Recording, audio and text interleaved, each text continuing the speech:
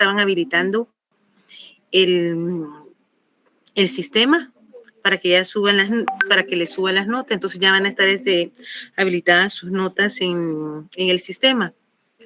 Solo les verifico el fin de semana. Yo estoy haciendo algunas cosas en la fiscalía y se las tengo. No sé si ustedes tienen de casualidad ya el calendario de exámenes finales. Buenas noches, Alex. Buenas noches, licenciada, sí, ya lo tenemos. ¿Para cuándo tenemos el final con ustedes? Porque yo sí no lo tengo. Si me lo pudieran compartir al grupo, se lo voy a agradecer. Claro, está bien. ¿Para qué? Pero si les pudiera pedir de una vez la fecha, así vemos. Sí, ahora se lo digo.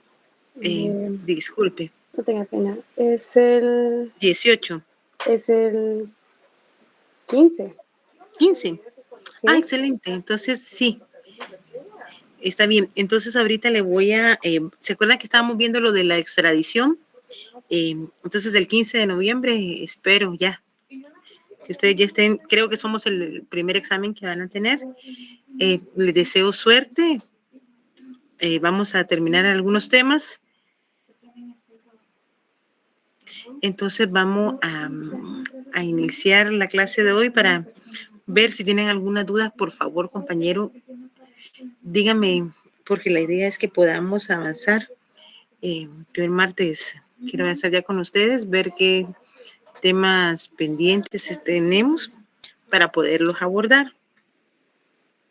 Bueno, entonces ya les había dicho que estábamos con el tema de la extradición. Cuando era activa es cuando se solicita a un estado que permitan llevarse a un ciudadano que está dentro del territorio para ser juzgado por la comisión de un hecho delictivo en otro país. Acuérdense que van a ver, nosotros tenemos delitos y faltas. En Estados Unidos, por ejemplo, es felony crimes.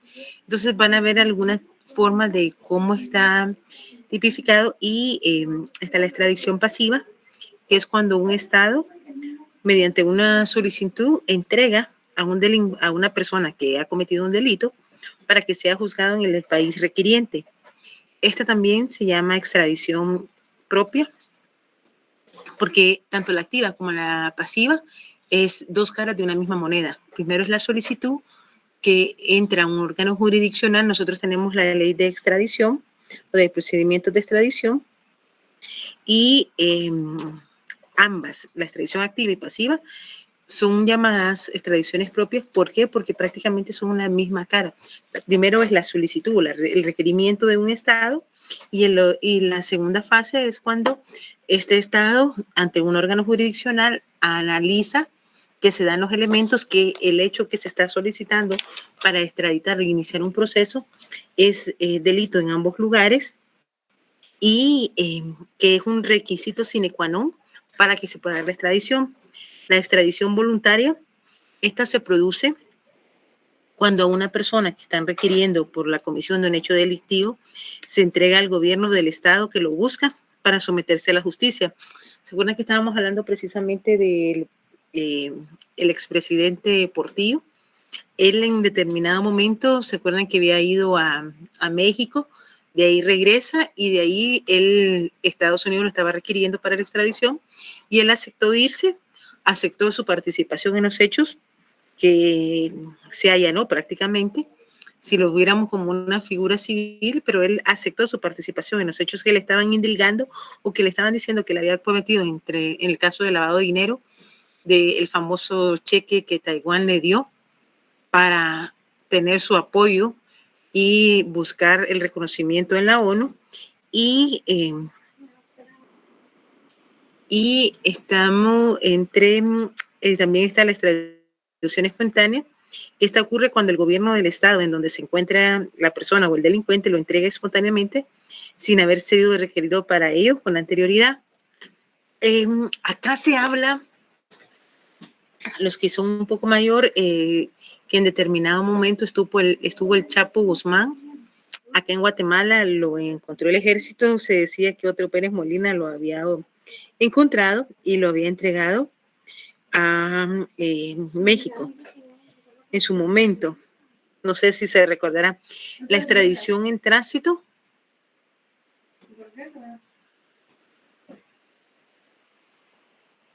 es cuando no es una fase administrativa. ¿Por qué? Porque, por ejemplo, Nicaragua accediera a extraditar a una persona y va a tener que pasar esta persona o por el territorio tanto de forma terrestre, marítima o aérea por nuestro territorio, y esto es una parte administrativa porque no es nada más y nada menos que un permiso que un gobierno le concede o un estado le concede a otro para que este delincuente puede pasar por su territorio, y esto lo vamos a encontrar en el Código de Derecho Internacional Privado en el artículo 375. Y es algo de mero trámite. Entonces yo les quería, por favor, alguien tiene el Código de Derecho Internacional Privado que pueda leer el artículo 375.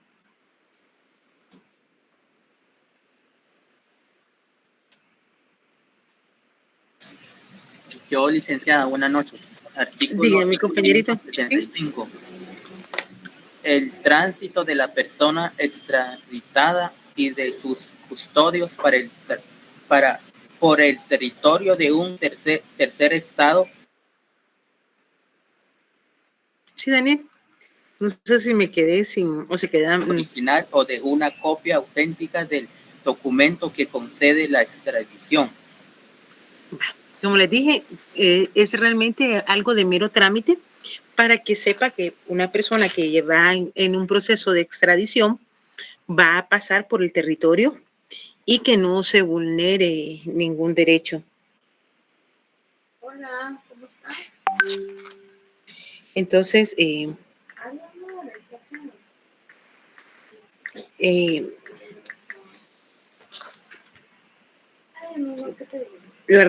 también tenemos la reextradición. Esta surge, es como, ¿se acuerdan cuando hablamos de el reenvío? Bueno, este surge y no es que las personas seamos, ojo, yo trato de tener mucho cuidado, los seres humanos no somos objetos, somos sujetos de derecho. Sin embargo, esta surge cuando un tercer estado, por ejemplo, se recuerda que cuando estaba Alfonso Portillo, que se había ido, se hablaba de que se había ido por Río Hondo y había viajado y estaba en el territorio mexicano. Guatemala había pedido su extradición de México hacia Guatemala. Él incluso acepta regresar y también y en ese momento se recordarán ustedes que también Estados Unidos ya se había dado cuenta que por los movimientos bancarios de ese cheque que fue depositado acá, pero tuvo un giro o en algún momento tuvo un recorrido por el estado, por los Estados Unidos, y después eso ingresó a otro banco en Suiza, porque ahí fue donde se va viendo cómo se va lavando el dinero o cómo la procedencia va cambiando. En ese momento también Estados Unidos pidió la extradición de Alfonso Portillo para poder ser juzgado por el delito de lavado de dinero, por ese famoso cheque de Taiwán, o por haber girado, porque ese cheque, si más no recuerdo, lo deposita y crea una cuenta a favor de su hija menor de edad. No sé si no, lo pueden buscar y pueden ver todas las sentencias que se dan en los circuitos norteamericanos. Podemos accesar a través, hoy por hoy en Google o Google Académico, que son link mucho más seguro, pueden hacer el análisis y pueden comprobar que lo que les estoy diciendo tiene un fundamento, una base legal, no solo en el derecho internacional privado, sino también en el derecho internacional público. ¿Por qué? Porque la figura de extradición, aunque también tiene una parte del derecho internacional público, también tiene su fase del derecho internacional privado. Entonces nos vamos a dar cuenta que en este caso, con por ejemplo, Alfonso Portillo, se dio perdón. Espérenme, no ven la presentación, compañeros, espérenme. Necesito ver, porque no la ven. No. Espérenme, porque se supone, voy a dejar de compartir. Vamos a volverla a poner y me dicen si la están viendo, por favor. Ahora, porque yo soy algo ciega. No, Ahora, licenciada. fíjese que pueden verificar, porque a mí sí me aparece y se ve. No, licenciada. Ahora sí, Ahora sí, licenciada. Voy a tener un poco de cuidado porque creo que con eso de que está lloviendo, no sé si está yendo un poco la señal del sistema, pero si se diera algún problema, por favor me avisan.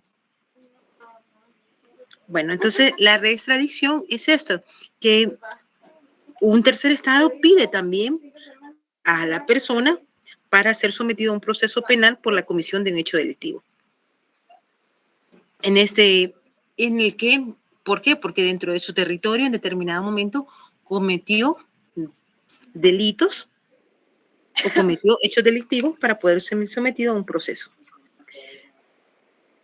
El fundamento legal de la extradición lo vamos a encontrar, por favor, en el artículo 27 de la Constitución Política de la República.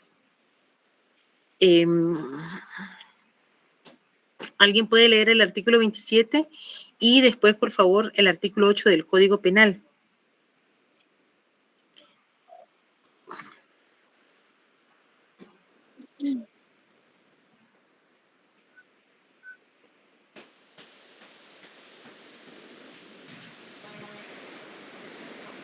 ¿Le leo yo, licenciada? Sí, por favor. Dice el artículo 27, derecho de asilo. Guatemala reconoce el derecho de asilo y lo otorga de acuerdo con las prácticas internacionales. La extradición se rige por lo dispuesto en tratados internacionales. Por delitos políticos no se intentará la extradición de guatemaltecos, quienes en ningún caso serán entregados a gobiernos extranjeros, salvo lo dispuesto en tratados y convenciones con respecto a los delitos de lesa humanidad o contra el derecho internacional. No se acordará la expulsión del territorio nacional de un refugiado político con destino al país que lo persigue. Bueno, si vemos en el artículo 27, se está haciendo referencia a la Constitución Política, es un fundamento muy importante y no solo en nuestra Constitución, sino en la mayoría de constituciones que son los pactos, como ya les he dicho, los pactos políticos de cada uno de los estados. En esto se establece que efectivamente existe el derecho de asilo. Y en este derecho de asilo solo se ven los derechos políticos y conexo. ¿Por qué?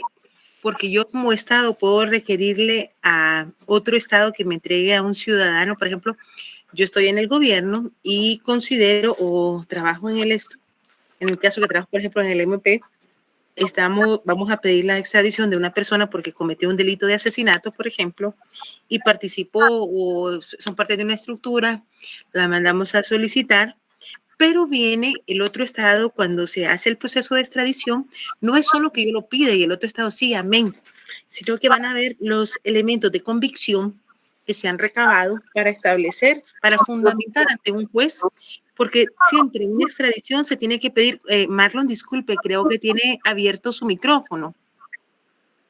Marlon Daniel. Gracias.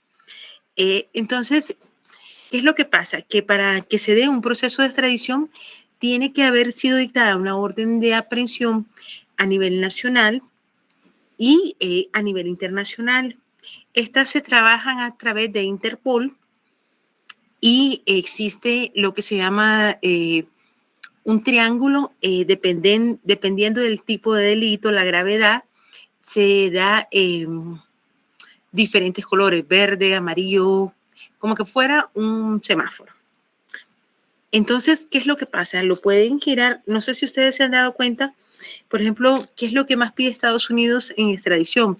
A personas que son parte de crimen organizado en lo que es el comercio y tráfico de estupefacientes, lavado de dinero y lo someten a una corte, como ellos están por distrito, del distrito, si se dan cuenta, no ponen cantidad, sino que se ponen, por ejemplo, que hubo, esta persona ha conspirado para ingresar o ha ingresado cierta tonelada de droga a Estados Unidos, o hubo una transacción donde hay lavado de dinero, o que entonces estos son los hechos que se le conocen, se da la orden, la solicitud, y cuando es sabido esa persona dentro del territorio de otro estado, hacen ver al peticionario, al estado peticionario, que ya lo tienen detenido, lo someten, lo ponen a cargo de un órgano jurisdiccional. Eso va a depender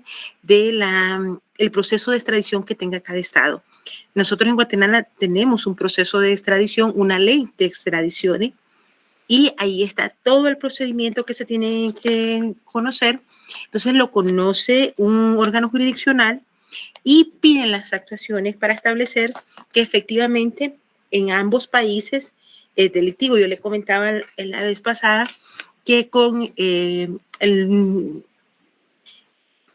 doctorado que estamos estudiando para la profesionalización en la Universidad de San Carlos, en Derecho Constitucional, se nos habla que, por ejemplo, Europa, en el caso de los que son parte de la Unión Europea, no necesitan mandarlo al otro país, sino que lo pueden juzgar en ese estado bajo el convenio de la Unión Europea. No lo mandan, por ejemplo, España no lo tiene que mandar a Italia.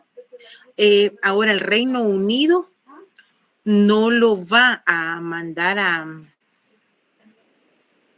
el Reino Unido, por ejemplo, si ustedes ven, salió de la Unión Europea, entonces queda exento, y ahí no era solo Inglaterra, sino los 4 países que forman el Reino Unido. Entonces, en el caso es que van a pedir las actuaciones para verificar que en ambos países sea delito, que hay elementos suficientes de la posible participación de esta persona para llevarlo a un juicio, y se recordarán algunos, hace algunos años, se dio, ¿quién no sabía en Guatemala, creo yo, que los lorenzanas eran parte de la delincuencia organizada y que enviaban drogas a Estados Unidos? Creo que en el propio Zacapa era Voz Populi. Entonces, ¿qué es lo que pasa? Pero siempre se le da en ese proceso, pues tienen sus abogados defensores y se les da la oportunidad a las personas que están siendo sindicadas de que si se acogen o no al proceso. Si no se acogen, pues igual el juez va a determinar y da con lugar o no la orden de extradición.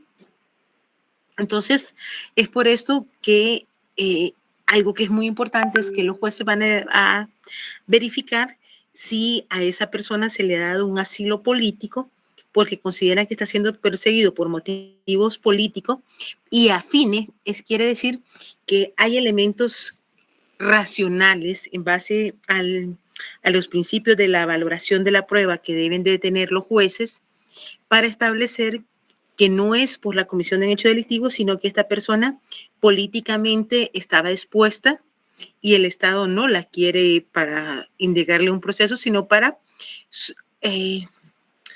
encarcelarlo por situaciones políticas. Por ejemplo, un caso muy claro se habla es en Nicaragua de muchas personas que hubieron unas elecciones y antes de las elecciones todos los que eran candidatos presidenciables pues tenían procesos penales.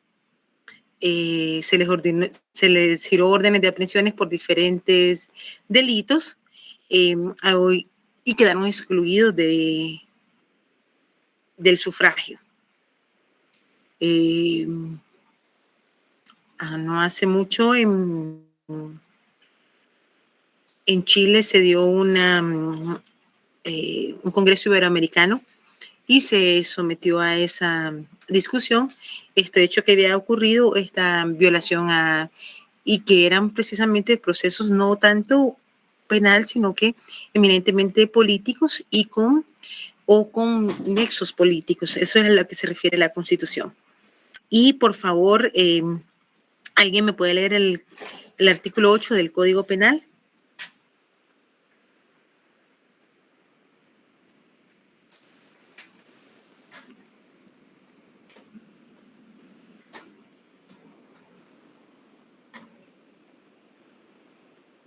Bueno, si no, déjenme buscar mi código y yo se los leo. Porque les quería explicar algo. ¿Ah? Sí. Que no sean todos, de verdad. Hoy está muy participativo o van en el tránsito. Sí, Brenda. ¿Se lo leo, licenciada? Por favor. Artículo 8. Extradición. La extradición solo podrá intentarse u otorgarse por delitos comunes. Cuando se trate de extradición comprendida en tratados internacionales, solo podrá otorgarse si existe reciprocidad. En ningún caso podrá intentarse ni otorgarse la extradición por delitos políticos ni por delitos comunes conexos con aquellos. Bueno, y esto viene a prácticamente a volver a confirmar lo que establecía la Constitución Política en el artículo 27. Pero algo que quiero que ustedes tengan muy presente y deben de integrarlo, este artículo 8 con el artículo 27 de la Constitución Política y con el artículo 8, el artículo 5 del Código Penal. ¿Por qué? Porque en el artículo 5 del Código Penal, que es solo un artículo, habla de la extraterritorialidad de la ley penal. Y es por eso que cuando estos delitos, ahí habla de que la territorialidad, o es decir, que una persona solo puede cometer un delito en ciertas áreas, tiene excepciones a la regla. Y estos 6 puntos que toca el artículo 6 del Código Penal se han trabajado. Existen, por ejemplo, hay un libro que se hizo solo de doctrinario, un análisis doctrinario de 10 Repollés y otros autores españoles sobre el Código Penal, y hablaban precisamente, son como 50 hojas solo a este tema, en el cual hablan de cuáles son las razones por las cuales la doctrina ha aceptado precisamente que hechos que son cometidos en otro territorio de un nacional puedan ser sujetos o sometidos a la jurisdicción de otro país. Y siempre se habla por esa necesidad de mantener un equilibrio conforme en el derecho internacional. Es decir, que los estados tengan una seguridad jurídica de que ninguna persona es superior a la ley a nivel internacional y que van a ser sometidos a la jurisdicción de otro país si han cometido hechos delictivos que sean graves. Como decir, la extradición no es solo porque alguien me cae mal. Por ejemplo, España, en la mayoría que pide son delitos de lesa humanidad o terrorismo, por ejemplo, con el grupo ETA. Se recordarán hace algunos años hubo algunos hechos en Inglaterra. Entonces, estos son hechos tan graves que necesitan o requieren el que estas personas sean juzgadas, y se considera que dentro de su territorio no van a darse las circunstancias, y así como, por ejemplo, la Corte de la Haya, cuando hablamos de la Corte Penal Internacional, cuando hablamos de estos delitos, que solo son 4 delitos que se pueden ser sometidos a ese criterio, y también que hay una injerencia de la ONU, porque se va a establecer si es viable o no perseguir penalmente a alguna persona. Entonces, estamos hablando, por ejemplo, hechos delictivos en aeronaves. ¿Cuándo se dan estos hechos delictivos en aeronaves, en aeropuertos o cualquier tipo de nave? Casi siempre han tenido que ver con terrorismo, secuestro de aeronaves, secuestro de buques. Tienen mucho que ver con exigencias no dinerarias, porque algo que es muy importante que como juristas tengamos muy en cuenta, que una cosa es delincuencia organizada y otra cosa es terrorismo. Y eso sí, la doctrina ya ha sido muy claro al hacer la diferenciación, que delincuencia organizada busca enriquecerse, busca obtener una ganancia sobre cierto tipo de delito, y narcotráfico, trata de persona, explotación sexual, trata de blanca. Pero cuando hablamos de terrorismo, los terroristas no quieren necesariamente dinero. ¿Qué es la finalidad del terrorismo? Si yo le pregunto a Isabel, ¿qué cree usted cuál es la finalidad del terrorismo?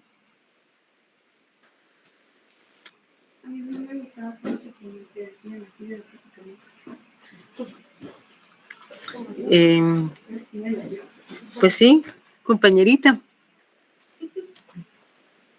Uy, hasta se fue Isabel. Ana Isabel, no. ¿Cuál cree usted si yo le digo que es la finalidad del terrorismo? Porque si yo les pregunto a ustedes, una estructura que trae narcotráfico de Colombia hacia Estados Unidos, ¿qué es lo que quiere? Astrid, yo creo que Rocío dejó aquí dinero. Exactamente, poder, dinero. Ahora, ¿cuál es la finalidad? Muy bien, Braulio. Eso es dinero.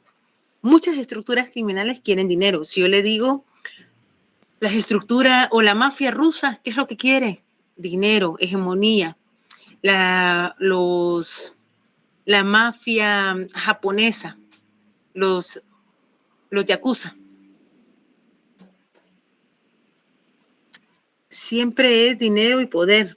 Ahora, si yo les digo qué es lo que el terrorismo sería crear miedo en la sociedad, sí, puede decir que sí, pero no.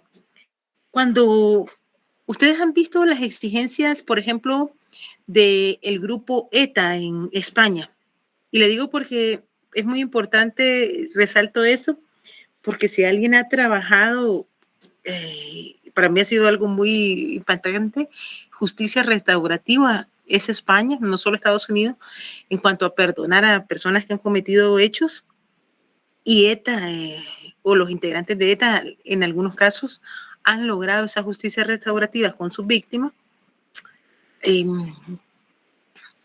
han llegado a intimidar a los gobiernos para que hagan lo que los líderes terroristas consideran que es justo. Sí, Braulio, eso los intimidan, pero muchas veces, si ustedes ven, estos grupos quieren llegar al poder, quieren separarse. Por ejemplo, en el caso de ETA, siempre ha querido que las provincias vascas, como ellos lo dicen, se separen de España y que también, acuérdense que las provincias vascas no solo están en el territorio español, sino que hay una parte que toma Francia, y ellos lo que han querido es separarse, llegar al poder o ellos obtener el poder a través. Entonces el terrorismo muchas veces lo que quiere es llegar al poder, no quiere dinero. Si se recordarán cuando estaba Osama Bin Laden, ¿qué es lo que ellos exigían? Tener su poder o llegar a dominar su país o las partes que ellos tenían para tener, es algo más que todo político, no tanto económico. Claro que van a tener cierto, intimidan, demuestran el poder político que tienen o las influencias que llegan más allá. Entonces, por eso es que la ley contra el terrorismo, muchos a veces confunden que es la misma delincuencia organizada. No, tienen fines distintos y por eso hay convención contra el terrorismo y hay una ley contra la delincuencia organizada. Pero a veces sí tendemos a confundir, incluso los propios juristas tendemos a confundir esto. Algo, como les decía anteriormente, el artículo 5 de la territorialidad de la ley penal nos habla que entonces podemos entregar a un extranjero porque cometió un hecho delictivo en otro país y no se le juzgó y se vino a Guatemala. Por ejemplo, están en Francia, cometen un asesinato, regresan a Guate y Francia pide la extradición. Algo importante es que debe de existir asesinato, sí va a ser asesinato aquí y en cualquiera de la mayoría de países. Pero, por ejemplo, le diría, acá comete alguno de usted, alguna de nosotras, un delito de aborto. y piden la extradición. Y lo piden y usted está en un estado en Estados Unidos donde el aborto es permitido, creen que van a dar la extradición, donde no está penado el aborto.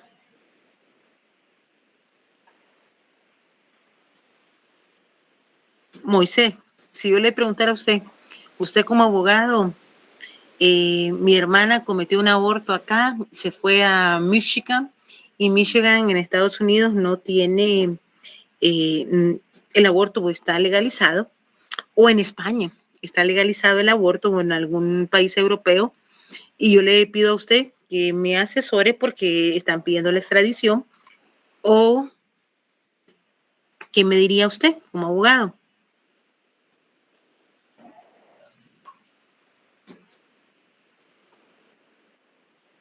Hoy como que andan todos o tienen solo activa la cámara, ni siquiera la cámara, sino ingresaron a la clase, pero se quedaron dormidos. Y diría una compañera de... ¿Qué tal? Cuénteme, ¿qué haría usted si le estoy poniendo este caso de que mi hermana cometió el aborto, sí? Y todavía se lo voy a hacer más complejo. Eva, mi hermana, y la violan 3 personas. Yo estaba... gracias, Juan, tiene mala señal. Entonces yo estoy de acuerdo, vamos a hacer de que estoy de acuerdo porque la violaron 3 personas. Entonces todavía peor porque imagínense, no fue que ella quisiera cometer el aborto porque andaba de libertina, sino que fue violada, fue sodomizada, está traumada, y aquí ustedes saben que está prohibido el aborto. Entonces se fue a Estados Unidos y la fiscal que lleva el caso considera de que lo que mi hermana hizo no solo está penado, sino es inmoral, ilegal. Entonces pide la extradición por la violación, pero la legislación de Estados Unidos en el país, en el territorio donde ella está, no es delito. ¿Correspondería que pidan la extradición o qué podría usted como abogado qué me aconsejaría que le diga a mi hermana?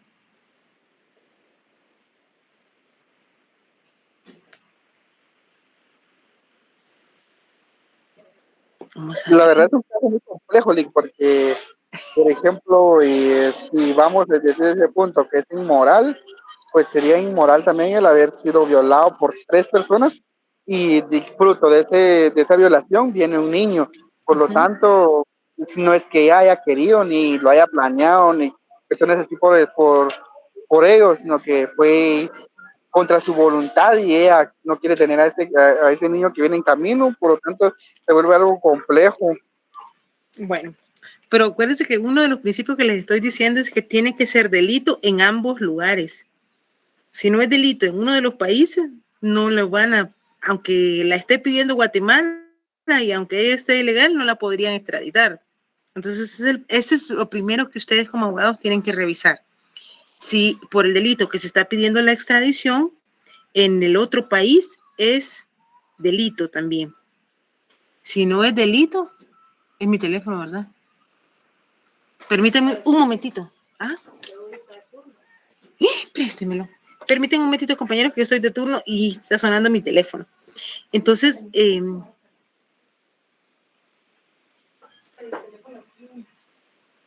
permíteme, solo deme un momentito, no vaya a ser. 57, 56, no sé qué.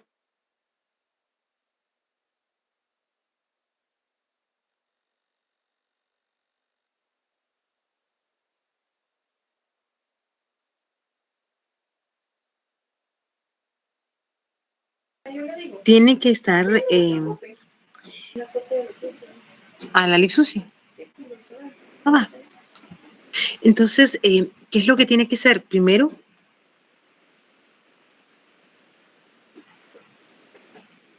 no, estamos hablando, puede ser que lo haya practicado en otro país, porque, ojo, por eso es que quería que viéramos muy bien el artículo 5 del Código Penal, permite que también, por ejemplo, ese otro país, si ella cometió el delito allá, pero sí es delito, si lo hubiera practicado aquí en Guatemala y pidieran la extradición, pero allá en el estado donde ella está Acuérdense que hay estados en Estados Unidos y en Europa donde el aborto no es delito, no está, y menos en un hecho donde ella fue sujeto de una violación.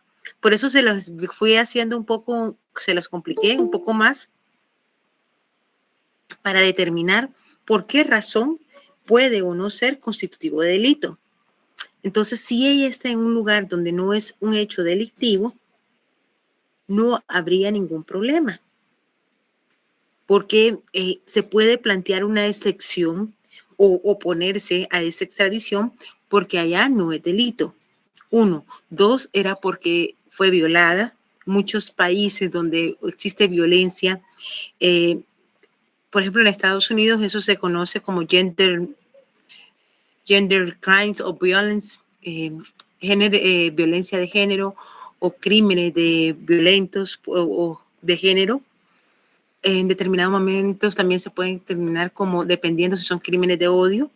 Entonces, podría no proceder la extradición. Pero eso no es solo de decirles, bueno, esto es lo que dice la extradición, pero ¿en qué casos podría o no procederse? Incluso hoy por hoy vemos en Twitter situaciones que se están llevando desde hace algunos años para acá en cuanto a solicitudes de extradición o de procesos penales que se siguen generando contra personajes de la figura pública guatemalteca que tienen asilo político en Estados Unidos. ¿Por qué no extradita a Estados Unidos? ¿Cuál es la situación? Siguen generándose varias órdenes de aprehensiones a nivel internacional, pero ¿por qué no se ejecuta? Aunque lo veamos en Twitter, aunque lo veamos en Facebook, ¿cuáles son las razones por qué no se pueden ejecutar?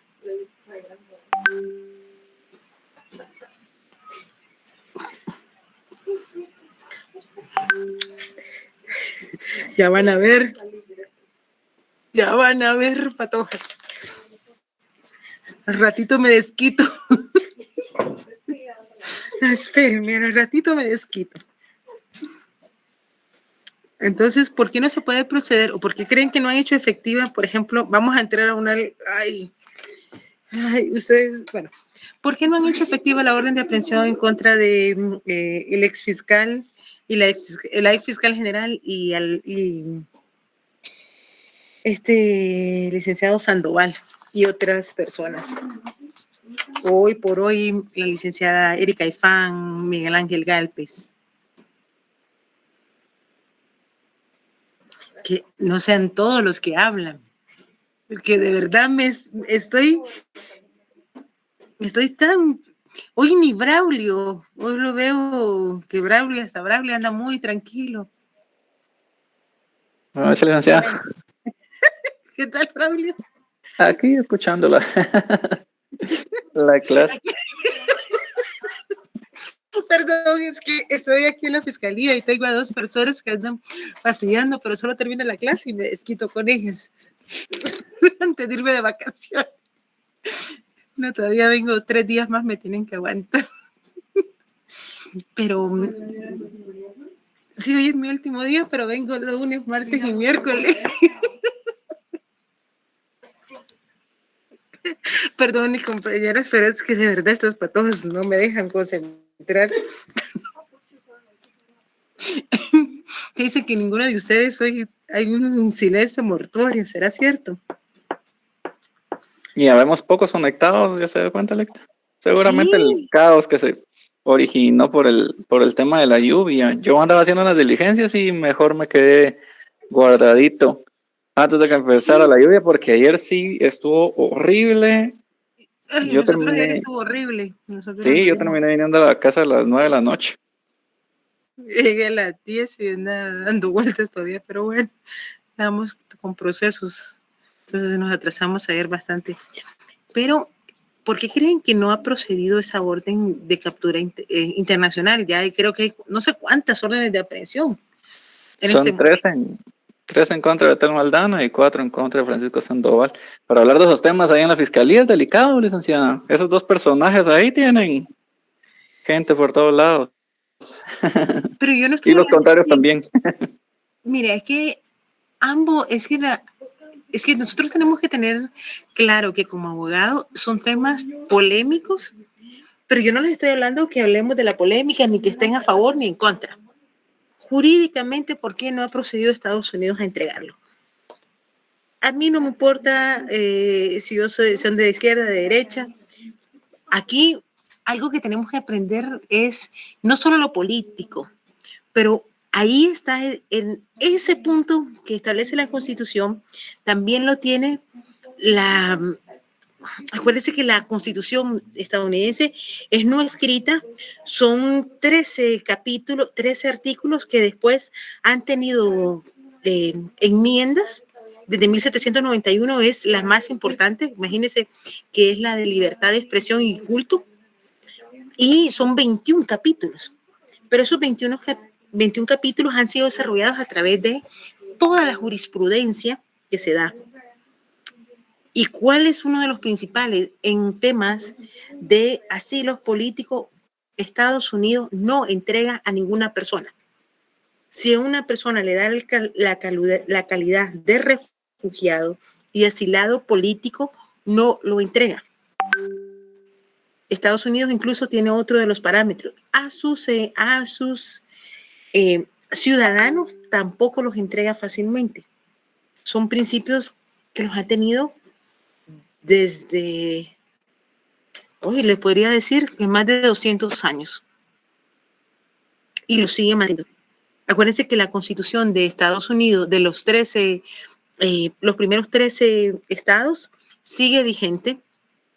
Entonces, acá a mí no me interesa, sí es un punto álgido, pero creo que si yo como abogada no les explico y si yo como fiscal eso tuviera que ser objeto de censura, estoy hablando académicamente, yo tengo la obligación de enseñarles a ustedes por qué sí procede o no, o por qué no ha procedido las órdenes de captura, aunque estén ingresadas a Interpol.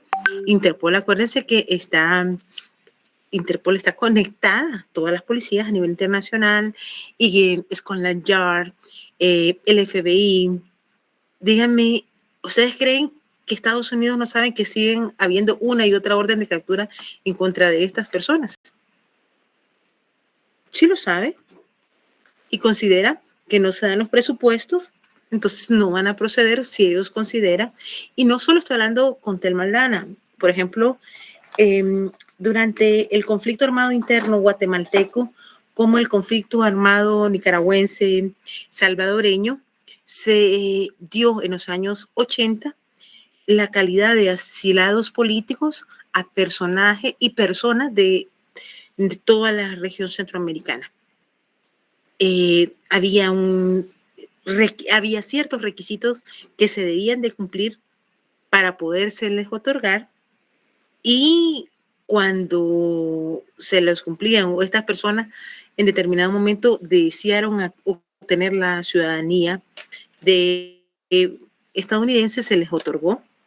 Entonces, no les estoy diciendo solo en este momento. La figura de asilo político lo ha tenido Estados Unidos. Incluso ustedes se pueden meter a la página.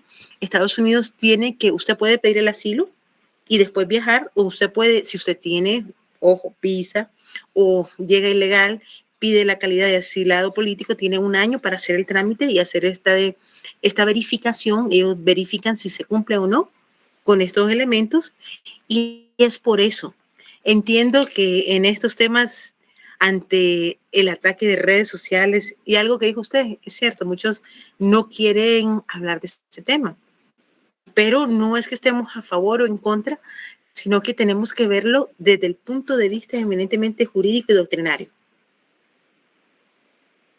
Y le digo, por eso fue que hice primero el ejemplo de Nicaragua, porque se dio. Objetivamente, uno debe de saber trabajar, y además porque ustedes van a ser abogados, y el abogado debe, hoy recibía una capacitación desde Puerto Rico, donde habló un catedrático de filosofía de España, y él hablaba precisamente de esta argumentación jurídica que tenemos que tener. Yo no le estoy hablando de algo político. Él decía, mire, hay situaciones políticas y vuelve y llega a tomar la filosofía desde los sofistas. No es demagogia lo que tenemos que tener, sino que argumentos jurídicos, argumentos doctrinales de lo que se ha establecido a lo largo de estos estudios. Esto no lo digo yo, esto lo podemos ver plasmado en todos los libros de derecho internacional privado y de derecho internacional público. Estas son convenciones. ¿Por qué? Porque la extradición habla no solo de que sea delito, no solo que se solicite a la persona, sino de que haya un tratado de reciprocidad. Quiere decir que nos volvemos a los principios básicos del derecho internacional privado. ¿Por qué? Porque se acuerdan que empezamos con los estatutos personales reales, la escuela holandesa que habla de esta reciprocidad, esta cortesía para mantener la buena armonía a nivel internacional. Estos principios de la Convención de los Derechos de los Tratados, que es hacer ver que vamos a colaborar porque nadie quiere tener una persona que ha cometido delitos y que va a estar en su país. Si ha cometido delitos dentro de su propio territorio, lo va a cometer en cualquier otro territorio. Aparte está el derecho penal humanitario. Y este derecho penal o la violación al derecho penal humanitario tiene la obligación cualquier Estado de devolver o de someterlo ante estos tribunales especiales, que es la Corte Penal Internacional. Por eso les hacía ver este elemento, porque la Corte Penal Internacional solo va a poner conocer 4 delitos. Acuérdense que esta Corte Penal Internacional está constituida, vino a cambiar. ¿Por qué? Porque cuando se dio la Segunda Guerra Mundial y se da todos estos delitos y nacen los juicios de Nuremberg, no se tenía unos jueces establecidos para conocer todos los delitos de lesa humanidad, de esa violación a ese derecho penal humanitario que se da en tiempos de conflicto, y cuál era una de las razones por qué ningún Estado declara que hay un conflicto armado interno en un país, porque al aceptar que hay un conflicto armado interno, deben de cumplir con este derecho penal humanitario. Quiere decir que si está el ejército y hay una rebelión a nivel interna, se deben de respetar los derechos de las mujeres, niños, hombres caídos, no se deben utilizar niños para el ejército ni para la guerrilla. Eso es algo que ha sido muy conocido. Ejemplo, Ruanda. En Ruanda, a través de estos procesos se estableció que sí hubo una exterminación, como les dije la vez pasada. Yo tengo mi pensamiento y eso no lo voy, como todo ser humano, tengo mi ideología, pero eso no tiene que ver con lo que académicamente les tengo que enseñar. Por ejemplo, en Ruanda, ¿se acuerdan que yo les he dicho que para mí no hubo genocidio? Respeto a todas las personas que han sufrido o han tenido que pagar con su sangre una ideología de derecha o de izquierda, pero no hay, porque yo se los he dicho, si eran ixchiles, tanto de un lado como de otro, que se ejecutaron, no se da para mí. Respeto el pensamiento de cada uno de estos. Ojo, no estoy a favor de que se hayan violentado los derechos humanos. Tampoco, si algo yo defiendo mucho la libertad de expresión, no estoy a favor de eso, jamás. Y una de las cosas por las que no acepto que es que no fue genocidio es porque no estoy de acuerdo que al haber genocidio invisibilizamos a todos nuestros mártires de la Universidad de San Carlos, que murieron por ideales que ellos defendieron, por conquistas económicas, sociales, que hoy por hoy gozamos nosotros. Entonces, por eso no estoy de acuerdo. Pero, por ejemplo, si ustedes someten y revisan el conflicto de Ruanda, Checoslovaquia, los conflictos de África, sí han sido una etnia que han matado en el conflicto de Ruanda. Habían 2 etnias, los tutsis y los tutis. Incluso ellos se veían entre el color de la piel, una era consideraban que uno era más fina y unos habían estado ejerciendo el poder. Matan, se estaba tratando, había un conflicto armado externo, se había aceptado, incluso hay hasta películas de ello, de forma resumida, pero al final matan al que estaba de presidente porque sí se estaba tratando de hacer un armisticio y se ejecuta a personas, a familias enteras. Hubo algunas iglesias, algunas personas que sí salvaron la vida de otros, unos hoy por hoy están exiliados y ese proceso ya fue declarado culpable muchas personas. Entonces, la Corte Penal Internacional nace ante estas violaciones. Checoslovaquia, el proceso de cuando lo que antes se conocía como Checoslovaquia, que ahora es Eslovenia, la República Checa. También acá hubo muchas violaciones a derechos humanos y también ya hubo sentencias. Lo mismo ha ocurrido en ciertos lugares de África. Entonces, no solo en nuestro país. Hay ciertos elementos que es lo que pide la Corte Penal Internacional, es que no se haya juzgado en estos países y ya es un tribunal preestablecido, no que se está creando para juzgar nuevos elementos. Y es la ONU, hay un fiscal designado, hay fiscales, abogados defensores que tienen el conocimiento. ¿Por qué? Porque si se recuerdan o ustedes ven los juicios de Nuremberg, que ante tantas atrocidades se tuvieron que juzgar y se tuvieron que constituir, estos juicios fueron ante la necesidad de que no hubiera una no repetición de tantas ejecuciones o experimentos humanos que se dieron. Tienen que entrar a la segunda clase, entonces los dejo. Nos vemos el martes. Feliz noche a cada uno. Gracias. Sí, Buenas noches, licenciada. les mando las diapositivas a más tardar el lunes, porque les soy sincera, estoy todavía en la fiscalía, estoy tratando de poder salir de vacaciones y dejar todo en orden.